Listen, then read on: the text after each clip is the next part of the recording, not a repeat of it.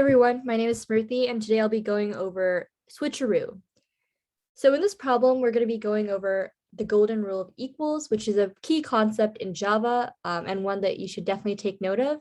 And so the golden rule of equals says that given variables b and a, the assignment statement b is equal to a copies all the bits from a into b. And so Java is a pass by value language. And so we can see this especially with primitive types. So let's say we have a integer a, which is equal to 5, and an integer b, which is equal to 3. And now we want to say b is equal to a. What's going to happen is we're going to copy all of the bits that were in a into b. And so we're going to cross out the 3 and b will now be equal to 5. And so this looks a little bit different for primitive types in Java, which include integers, characters, longs, Booleans, etc. These are some of the common ones. I would make sure you take a look at all the 8 different primitive types in Java. But this is going to look a little bit different from objects in Java. So an example of an object is a string, right? So let's say we have a string A, which is pointing to hello.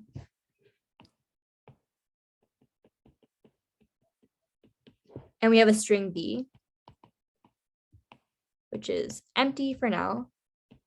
And let's say we want to say b is equal to a, exactly like we did for the integer example above. So now what's going to happen is instead of actually copying over this hello or this empty string value, we're going to be changing the pointers. And so what's going to happen is we're going to remove this pointer and point b to the same value that a points to. And so this is the biggest difference, that with primitive types, we're just directly changing the values, but with objects, we want to move pointers. And so we're still passing by value, but you're passing the value of like the reference to the pointer or a reference to the object, which is basically the pointer, instead of the actual value itself for objects. So hopefully those examples made a little bit of sense. We'll dive into it more with this problem where, let me take a second to erase everything.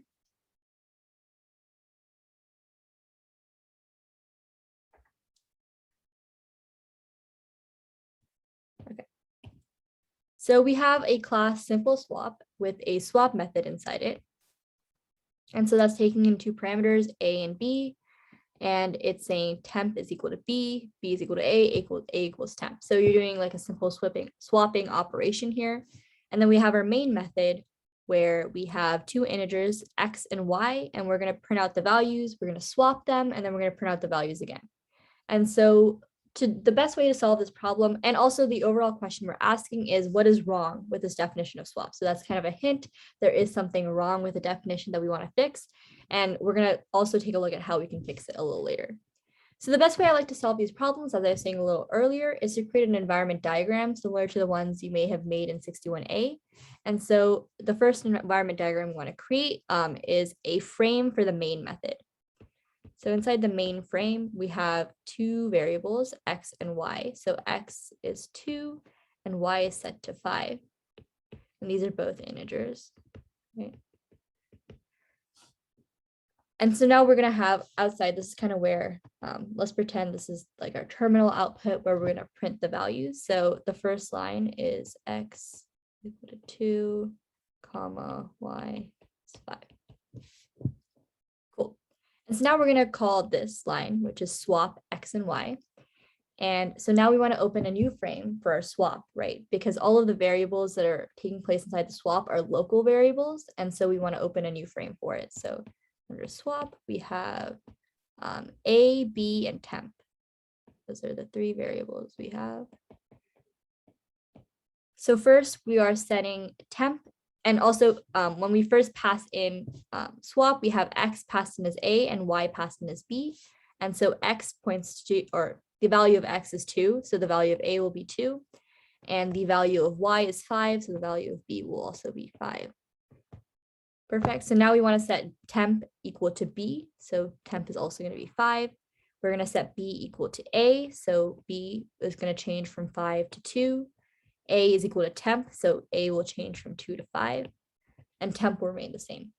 And so as we can see kind of in the example I drew out earlier, with integers or any other primitive type, we're actually directly changing the value instead of moving a pointer.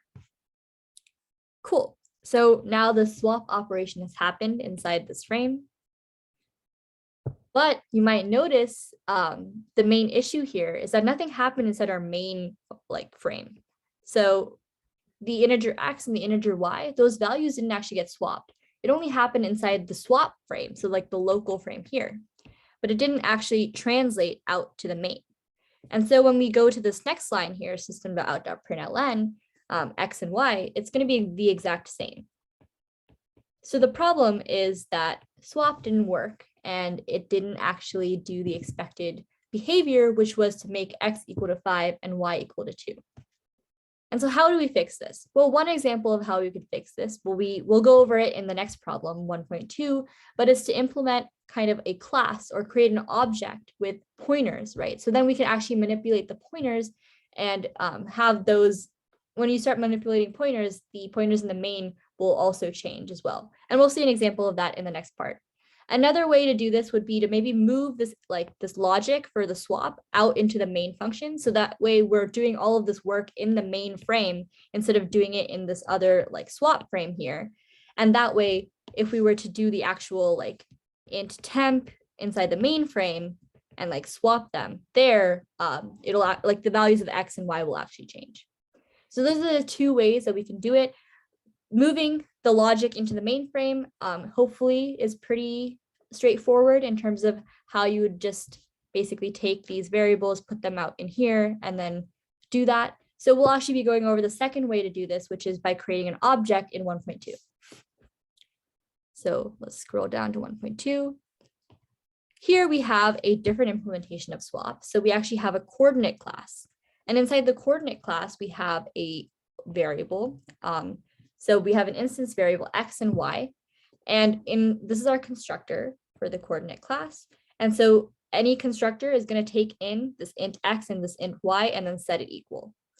So essentially, we're just taking in the coordinates x and y, and for that object, we're going to set them equal to whatever you're passing in.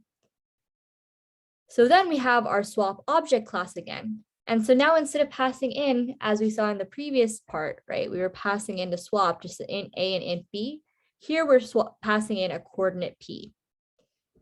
And so when we set temp, we're now doing p.x and p.y. So we're basically creating an instance coordinate p, right?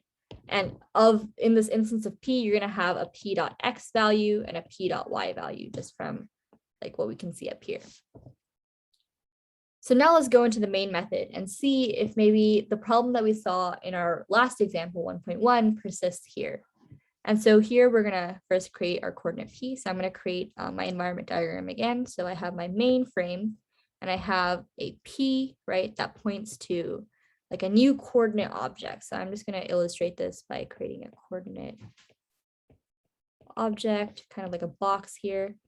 And I'm going to set x to be 2 and y to be 5.